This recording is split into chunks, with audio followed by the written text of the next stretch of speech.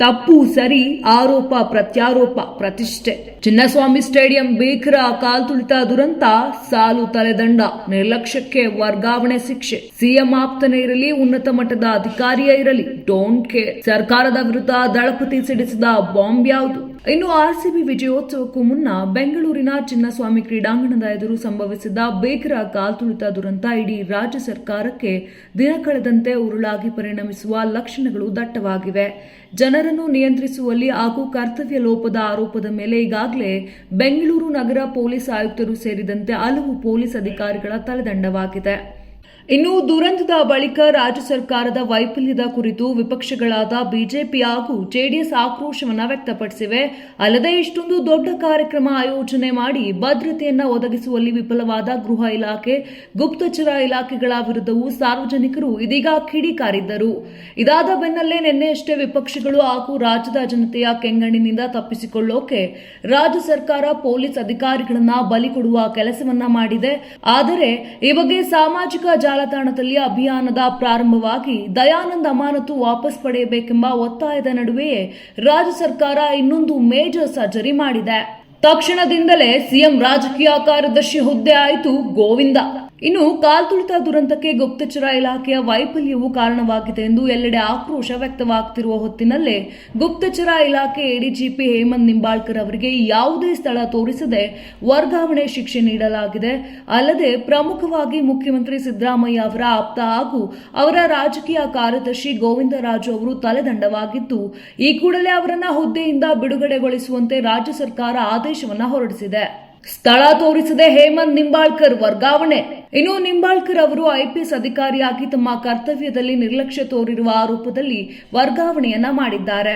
ಗೋವಿಂದರಾಜು ಅವರು ಸಿಎಂ ಸಿದ್ದರಾಮಯ್ಯ ಅವರ ಮೇಲೆ ಒತ್ತಡ ಹಾಕಿ ಕಾರ್ಯಕ್ರಮವನ್ನು ಆಯೋಜಿಸಿರುವ ಆರೋಪ ಕೂಡ ಇದೆ. ಅಲ್ಲದೆ ಆರ್ಸಿಬಿ ಕಪ್ ಗೆದ್ದ ಬಳಿಕ ತಕ್ಷಣವೇ ಇವರು ಸಿಎಂ ಅವರ ಬಳಿ ಕಾರ್ಯಕ್ರಮವನ್ನು ಆಯೋಜಿಸುವ ಕುರಿತು ಚರ್ಚೆ ನಡೆಸಿ ಒತ್ತಾಯದ ಮೇರೆಗೆ ಒಪ್ಪುವಂತೆ ಮಾಡಿದ್ದರು ಎಂದು ಹೇಳಲಾಗುತ್ತಿದೆ. ಸಚಿವ ಸಂಪುಟ ಸಭೆಯಲ್ಲೂ ಗೋವಿಂದರಾಜು ವಿರುದ್ಧ ಕೇಳಿ ಬಂದಿತ್ತು ಅಸಮಾಧಾನ. ಅಲ್ಲದೆ ಸಂಪುಟ ಸಭೆಯಲ್ಲೂ ಸಹ ಗೋವಿಂದರಾಜು ಅವರ ನಡೆಯನ್ನ ಸಚಿವರು ಟೀಕಿಸಿದ್ದರು. ಅಷ್ಟೊಂದು ತರಾತುರಿಯಲ್ಲಿ ಕಾರ್ಯಕ್ರಮ ಆಯೋಜನೆ ಮಾಡುವ ಅವಶ್ಯಕತೆ ಏನಿತ್ತು? ಸಭೆಯಲ್ಲಿ ಸಿಎಂ ವಿರುದ್ಧ ಅಸಮಾಧಾನ ಹೊರಹಾಕಿದ್ದರು. ಈ ಗೋವಿಂದರಾಜು ಅವರು ವಿಧಾನಸೌಧದ ಮುಂಭಾಗ ಕಾರ್ಯಕ್ರಮದ ವೇದಿಕೆಯ ಮೇಲೂ ಮುಂಚೂಣಿಯಲ್ಲಿದ್ದರು. ಹೀಗಾಗಿ ದುರಂತ ಸಂಭವಿಸಿದಾಗಿನಿಂದಲೂ ಸಿಎಂ ಗೋವಿಂದರಾಜು ಅವರ ಮೇಲೆ ಗರಂ ಆಗಿದ್ದರು.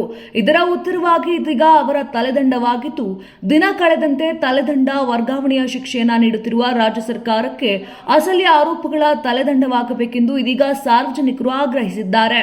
ಗೋವಿಂದರಾಜು ವಿರುದ್ಧ ದಳಪತಿ ಸಿಡಿಸಿದ್ದರು ದೊಡ್ಡ ಬಾಂಬ್. ಅಲ್ಲದೆ ಜೂನ್ 4ರ ಬೆಳಗ್ಗೆ ಸಿಎಂ ಅವರ ರಾಜಕೀಯ ಕಾರ್ಯದರ್ಶಿ ಗೋವಿಂದರಾಜ್ ಅವರು ಪೊಲೀಸ್ ಆಯುಕ್ತರಿಗೆ ಕರೆ ಮಾಡಿ ವಿಧಾನಸೌಧದ ಕಾರ್ಯಕ್ರಮಕ್ಕೆ ಭದ್ರತೆ ನೀಡಬೇಕೆಂದು ಒತ್ತಡವನ್ನ ಹಾಕುತ್ತಾರೆ. ಇದಕ್ಕೆ ಆಯುಕ್ತರು ಬೆಳಗ್ಗೆಯವರೆಗೆ ಪೊಲೀಸರು ನಿದ್ದೆಗೆಟ್ಟು ಕೆಲಸ ಮಾಡಿದ್ದಾರೆ. 2-3 ಕಡೆ ಕಾರ್ಯಕ್ರಮ ಮಾಡಿದ್ರೆ ಭದ್ರತೆ ನೀಡಲು ಕಷ್ಟವಾಗುತ್ತದೆ. ಒಂದು ಕಡೆ ಕಾರ್ಯಕ್ರಮ ಮಾಡಿದರೆ ಬಂದೋಬಸ್ತ್ ಕಲ್ಪಿಸಲು ಸಾಧ್ಯವಾಗುತ್ತದೆ. ವಿಧಾನಸೌಧದ ಕಾರ್ಯಕ್ರಮಕ್ಕೆ ಭದ್ರತೆ ನೀಡಲು ಸಾಧ್ಯವಿಲ್ಲ ಎಂದು ಹೇಳಿದ್ದಾರೆ ಎಂದು ಇದೀಗ ಕೇಂದ್ರ ಸಚಿವ ಎಚ್.ಡಿ. ಕುಮಾರಸ್ವಾಮಿ ಬೆಳಗ್ಗೆಯಷ್ಟೇ ಸುದ್ದಿಗೋಷ್ಠಿ ನಡೆಸಿ ಬಾಂಬ್ ಅನ್ನು ಸಿಡಿಸಿದ್ದರು. ಆಯುಕ್ತರ ಪ್ರತಿಕ್ರಿಯೆ ಬಳಿಕ ಗೋವಿಂದರಾಜ್ ಅವರು ಸಿಎಂ ಬಳಿಗೆ ಹೋಗುತ್ತಾರೆ. ಸಿಎಂ ಅವರು ಆಯುಕ್ತರನ್ನ ಕರೆಸಿ, ನಾನು ಈ ರಾಜ್ಯದ ಸಿಎಂ ಆದೇಶ ಮಾಡ್ತಿದ್ದೀನಿ, ವಿಧಾನಸೌಧದ ಕಾರ್ಯಕ್ರಮಕ್ಕೆ ಭದ್ರತೆ ಕೊಡಿ ಎಂದು ಸೂಚಿಸುತ್ತಾರೆ. ಅನಿವಾರ್ಯವಾಗಿ ಪೊಲೀಸ್ ಕಮಿಷನರ್ ವಿಧಾನಸೌಧಕ್ಕೆ ಬಿಗಿ ಭದ್ರತೆ ಹಾಕುತ್ತಾರೆ. ಆದರೆ ಯಾರಿಗೂ ವಿಡಿಯೋ ಕಾನ್ಫರೆನ್ಸ್ ಮೂಲಕ ಸೂಚನೆ ಕೊಟ್ಟಿರುವುದಿಲ್ಲ. ಕಾಟಾಚಾರಕ್ಕೆ 3-4 ತುಕಡಿ ಭದ್ರತೆ ಹಾಕಿರುತ್ತಾರೆ. ವಿಧಾನಸೌಧದಲ್ಲೇ ಕಾರ್ಯಕ್ರಮ ಮಾಡಬೇಕು, ನಾನು ಚಿನ್ನಸ್ವಾಮಿಗೆ ಹೋಗುವುದಿಲ್ಲ ಎಂದು ಸಿಎಂ ಹೇಳಿದ್ದರಿಂದ ಹೆಚ್ಚಿನ ಸಂಖ್ಯೆ ಪೊಲೀಸರ ನಿಯೋಜನೆ ಮಾಡಲಾಗಿತ್ತು ಎಂದು ಗಂಭೀರವಾದ ಆರೋಪವನ್ನು ಅವರು ಮಾಡಿದ್ದರು. ಈ ಎಲ್ಲದರ ಬಳಿಕ ಇದೀಗ ದಳಪತಿಯ ಸ್ಫೋಟಕ ಹೇಳಿಕೆಗೆ ಸರ್ಕಾರ ಗೋವಿಂದರಾಜು ವಿರುದ್ಧ ಕ್ರಮವನ್ನ ಕೈಗೊಂಡಿದೆ. ಇನ್ನು ಈ ಇಡೀ ಪ್ರಕರಣದಲ್ಲಿ ರಾಜ್ಯ ಸರ್ಕಾರ ಸುರಕ್ಷಿತ ಸ್ಥಾನದಲ್ಲಿ ನಿಂತು ಆಟವಾಡುತ್ತಿದ್ದು, ಅಧಿಕಾರಿಗಳ ವರ್ಗಾವಣೆ ತಲೆದಂಡವನ್ನ ಮಾಡುವ ಮೂಲಕ ಕ್ರಮ ಕೈಗೊಳ್ಳುತ್ತಿದೆ. ಆದರೆ ತಮ್ಮ ಬುಡಕ್ಕೆ ಬಂದರೆ ಯಾರೇ ಆಗಲಿ, ಎಷ್ಟೇ ಆತ್ಮೀಯರಾಗಲಿ ಅವರನ್ನ ಸಮೀಪಕ್ಕೆ ಸೇರಿಸಿಕೊಳ್ಳಲು ಆಗುವುದಿಲ್ಲ ಎಂಬುದಕ್ಕೆ ನೈಜ ಉದಾಹರಣೆಯಾಗಿ ಗೋವಿಂದರಾಜು ಅವರ ತಲೆದಂಡದ ನಿರ್ಧಾರ ಎತ್ತಿ ತೋರಿಸುತ್ತಿದೆ. ಅಂದರೆ ಜೊತೆಯಾಗಿ ತಪ್ಪಿತಸ್ಥರಾಗಿದ್ದರೂ ಸಹ ಸರ್ಕಾರ ತಮ್ಮವರನ್ನೇ ಕಿತ್ತು ಹಾಕುವ ಮೂಲಕ ವಿಶ್ವಾಸಾರ್ಹತೆ ಕಾಪಾಡಿಕೊಳ್ಳಲು ಹೆಣಗಾಡುತ್ತಿರುವಂತೆ ಕಂಡುಬರುತ್ತಿದೆ. ನಾನು 86 ಕೆಜಿ ಇದ್ದವಳು 71 ಕೆಜಿ ಬಂದಿದ್ದೀನಿ. ವಯಸ್ಸಾದ್ಮೇಲೆ ಸ್ಮಾರ್ಟ್ ಆಗಿ ಕಾಣ್ತೀರಾ ಅಂದ್ರೆ ಜಿನ್ನಿ. 126 ಕೆಜಿ ವೇಟ್ ಇದ್ದು ನಾವು ಈಗ 114 ಕೆಜಿ ಲೆಕ್ಕ ಬಂದಿದ್ದೀವಿ. ಯಾವುದೇ ಸೈಡ್ ಎಫೆಕ್ಟ್ ಆಗಿಲ್ಲ ನಮಗೆ. 84ರಿಂದ 50 ಕೆಜಿ ಬಂದೆ, ಆಮೇಲೂ ಸಣ್ಣಗೆ ಫಿಟ್ ಆಗಿದ್ದೀನಿ. ಅದಕ್ಕೆ ನಾನು ಯೂಸ್ ಮಾಡ್ತಾ ಇರೋದು ಜೀನಿ ಸ್ಲಿಮ್. ಬೆಂಗಳೂರಿನ ಬೆಸ್ಟ್ ನೀಟ್ ಕೋಚಿಂಗ್ ಅಕಾಡೆಮಿ ಅಂದ್ರೆ excellence NEET academy. NEET crash course and NEET long term coaching admission ಪ್ರಾರಂಭ. ಈ ಕೂಡಲೇ ಸಂಪರ್ಕಿಸಿ.